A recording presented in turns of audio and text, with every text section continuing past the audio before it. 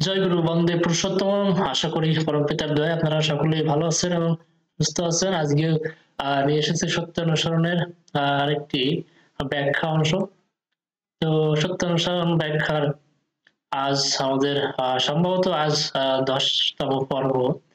তো আমরা চলে যাব আমাদের যে ব্যাখ্যা অংশ রয়েছে পরম পূজ্য আছে শ্রী বরদা কর্তৃক যে ব্যাখ্যা রয়েছে আমরা সেখানে আমাদের ধারাবাহিক যে ব্যাখ্যা আমরা যতটুকু সম্পন্ন করেছিলাম তার পরবর্তী অংশ থেকে আমরা চলে যাব। তো আমরা একটু সময় লাগবে। তো আমরা ব্যাখ্যা করেছিলাম, আচ্ছা আমরা এটা দুঃখ কারো প্রকৃতিগত নয় গো, তাকে ইচ্ছে করলে তাড়িয়ে দেওয়া যেতে পারে।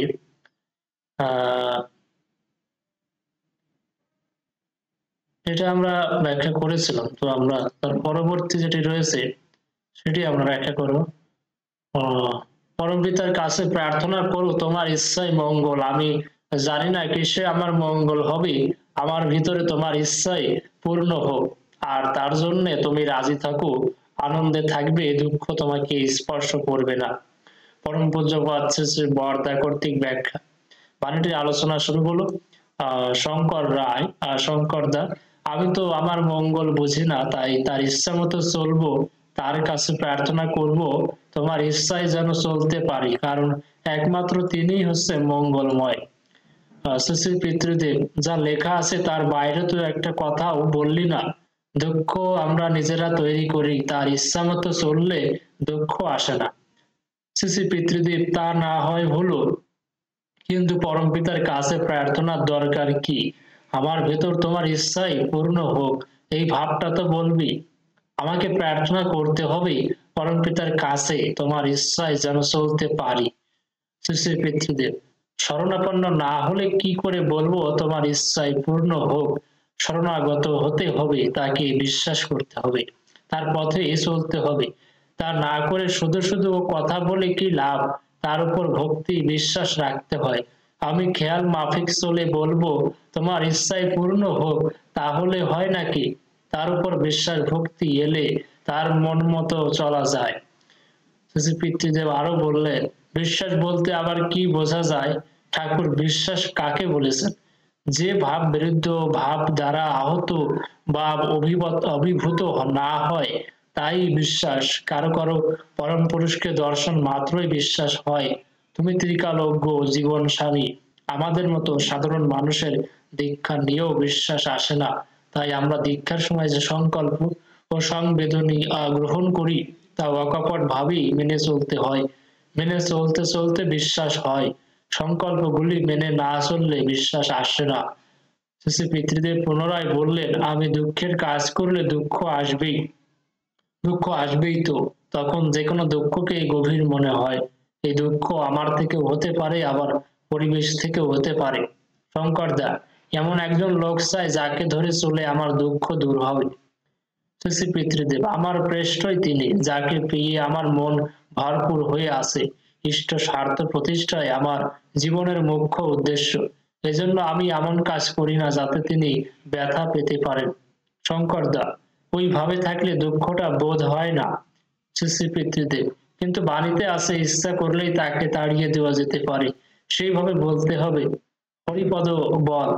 হরিপদ দাস তিনি বলছেন, মানুষের প্রকৃতি দুঃখ চায় না, আনন্দ লাভ করতে চায়, আর দুঃখকে তাই ইচ্ছে করলেই তাড়িয়ে দেওয়া যায়। শ্রী পিতৃদেব, দুঃখ পাওয়ার মতো যদি করি, অথচ যদি বলি আমি কিছু জানি না, তা বললে কি হবে? আমি যদি চুরি করি, আমাকে তার জন্য দুঃখ পেতেই হবে। ক্ষণিক থেমে পুনরায় বললেন, মানুষের সাধারণত কিসে দুঃখ হয়?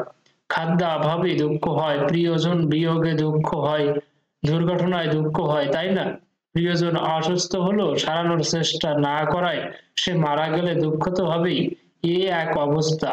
আবার মনে করো তাকে সারানোর জন্য প্রাণপণ চেষ্টা করলাম, তবু মারা গেল। তখন ঠাকুরের কাছে যদি নিবেদন করি, দয়াল তোমার ইচ্ছাই পরম মঙ্গল, তাহলে দুঃখ অনেক লাঘব হয়। কিংবা ধরো তোমার বাড়িতে একটা লোক কাজ করে, বাড়ি থেকে সে কোনো জিনিস চুরি করে নিয়ে গেছে, বাড়ির লোক তার বিরুদ্ধে নালিশ করছে, সেই ক্ষেত্রে তুমি যদি বলো না না ওর দরকার অভাব তাই নিয়ে গেছে, এরকম ভাবলে সান্ত্বনা আসে। এই ভাব নিয়ে তুমি যদি তার যে চুরি করেছে সঙ্গে ঠিকমতো আচরণ করো, তাহলে একদিন কি একদিন সে তোমার ভালোবাসার কাছে বাধা পড়বেই। তখন তার পরিবর্তন হওয়াই স্বাভাবিক। এতে তার মঙ্গল, তোমারও মঙ্গল। সম্মুখের কর্মীদের পানে তাকিয়ে শ্রী পিতৃদেব বললেন, ভালো কাজ করলে প্রারব্ধ সাহায্য করে, সদ্গুরুর দয়ায় আরো উন্নতি হয়। তা না হলে পরের জন্মে আবার চাপে পড়তে হয়। যেমন এ জন্মে ভালো কাজ করে পরের জন্মে ধনী ঘরে জন্ম হলো, ধনী হয়ে ধন সম্পদ যদি কুকাজে ব্যবহার করি তাহলে আবার নিচে নেমে যাই। কিন্তু এ ধন দিয়ে যদি ইষ্ট কাজ করি তাহলে জীবনটা প্রোগ্রেসিভ বা বর্ধনশীল হয়, পরজন্মে আরো উন্নত জীবনের অধিকারী হই। সেজন্যই সদ্গুরুর শরণাপন্ন হওয়া প্রয়োজন, তার প্রদর্শিত পথে চলা প্রয়োজন। আর তার ইচ্ছামতো যদি চলি তাহলে আনন্দে থাকবো, দুঃখ আমাকে স্পর্শ করবে না।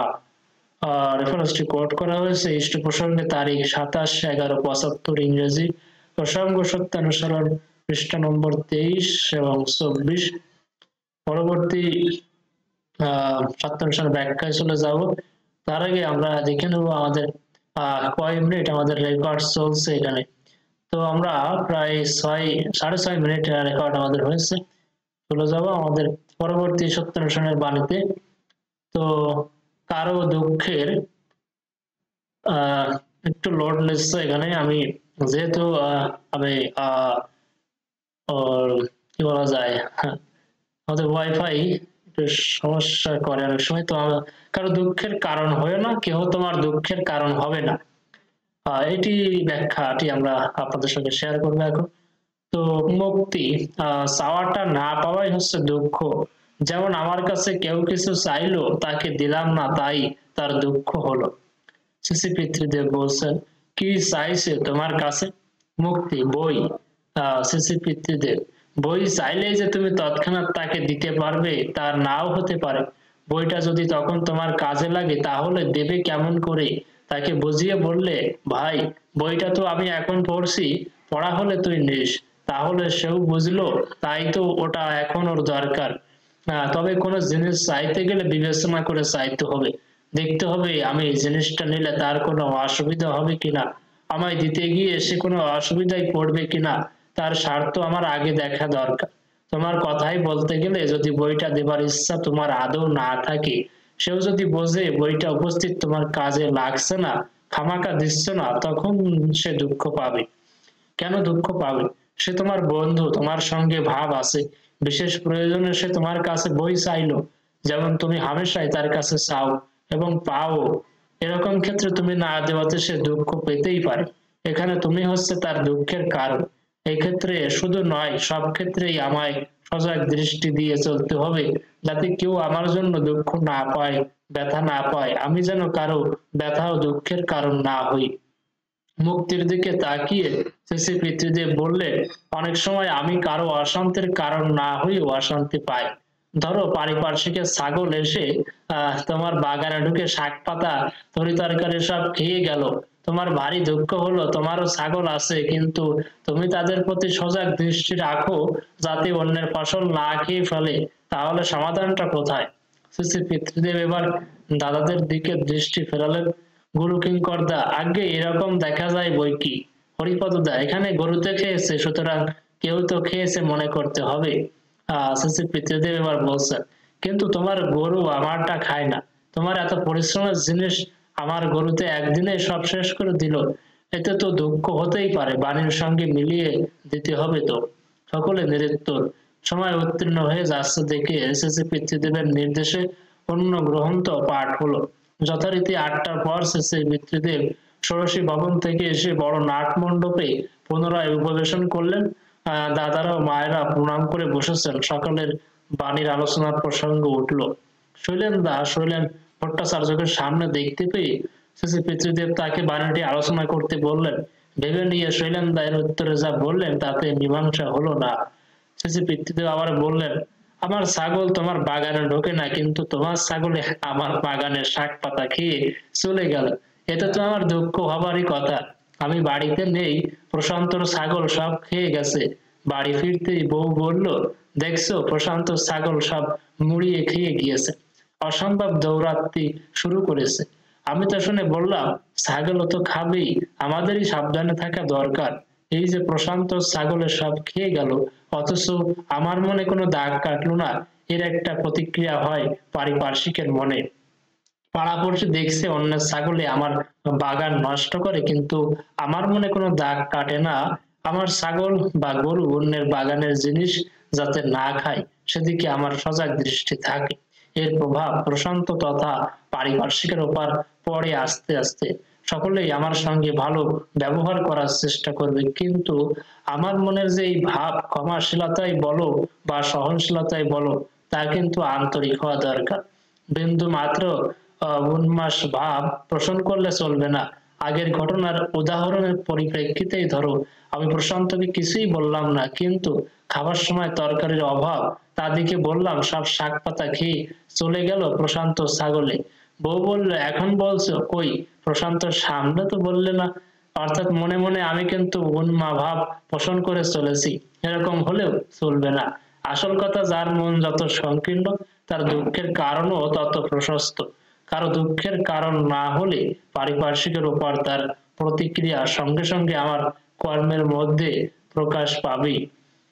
তো এই প্রসঙ্গটি কোট করা হয়েছে ইষ্ট প্রসঙ্গে, তারিখ 21/6/80। ইংরেজি প্রসঙ্গ সত্যানুসরণ পৃষ্ঠা 24 এবং 25। তো ইতিমধ্যে আমাদের 11 মিনিট পার হয়ে গেছে, আর 2-3 মিনিট আছে, আমরা দেখি পরবর্তী আরেকটি বাড়ি আমরা যেতে পারি কিনা। তো তার আগে এখানে যে বিষয়টি বলছে আমি আরেকবার দেখি। তো এখানে যে বিষয়টি বলা হয়েছে যে অনেক সময় আমি কারো অশান্তির কারণ না হয়েও অশান্তি পাই। ধরো পারিপার্শ্বিকের ছাগল এসে তোমার বাগানে ঢুকে শাক পাতা তরি তরকারি খেয়ে গেল, আর তোমার ভারী দুঃখ হলো। বিশেষ করে এখন কিন্তু শীতকাল, এমনটা হয়। শাক বাগানে বা লাল শাকের বাগানে হয়তো বা কারো ছাগল এসে পাতা খেয়ে গেল। তো তার ফলে তার যে দুঃখ অশান্তি হতে পারে, হ্যাঁ, সে বিষয়ে বলা হচ্ছে এখানে। তো সমাধানটা কোথায়? তো হচ্ছে যে পিতৃদেব তিনি এখানে বিষয়টি বললেন, এমন ভাবে ব্যাখ্যা করলেন যে ধরো আমার ছাগল তোমার বাগানে ঢোকে না, কিন্তু তোমার ছাগলই আমার বাগানের শাক পাতা খেয়ে চলে গেল, এতে তো আমার দুঃখ হবারই কথা। আমি বাড়িতে নেই, ধরো প্রশান্তর ছাগল সব খেয়ে গেছে। বাড়ি ফিরতেই তখন বউ বলল, দেখছো প্রশান্তর ছাগল তো সব মুড়িয়ে খেয়ে গিয়েছে, তখন অসম্ভব দৌড়াতে শুরু করেছে। আমি তা শুনে বললাম যে ছাগলে তো খাবেই, আমাদেরই সাবধানে থাকা দরকার। এই যে প্রশান্ত ছাগলের সব খেয়ে গেল, অথচ আমার মনে কোনো দাগ কাটলো না, এর একটা কিন্তু প্রতিক্রিয়া হয় পারিপার্শ্বিকের মনে, এমনটি পিতৃদেব বলছেন। আরো তিনি বললেন যে পাড়াপড়শি দেখছে অন্যের ছাগলে আমার বাগান নষ্ট করে, কিন্তু আমার মনে কোনো দাগ কাটে না। আমার ছাগল বা গরু অন্যের বাগানের জিনিস যাতে না খায়, সেদিকে আবার আমার সজাগ দৃষ্টিও থাকে। এর প্রভাব প্রশান্ত তথা পারিপার্শ্বিকের উপরে পড়ে আস্তে আস্তে। সকলেই আমার সঙ্গে ভালো ব্যবহার করার চেষ্টা করবে, কিন্তু আমার মনে যে এই ভাব, ক্ষমাশীলতাই বলো আর এই যে সহনশীলতাই বলো, তা কিন্তু আন্তরিক হওয়া দরকার। বিন্দু মাত্র, তিনি বলছেন বিন্দু মাত্র উন্মেষ ভাব পোষণ করলে কিন্তু চলবে না।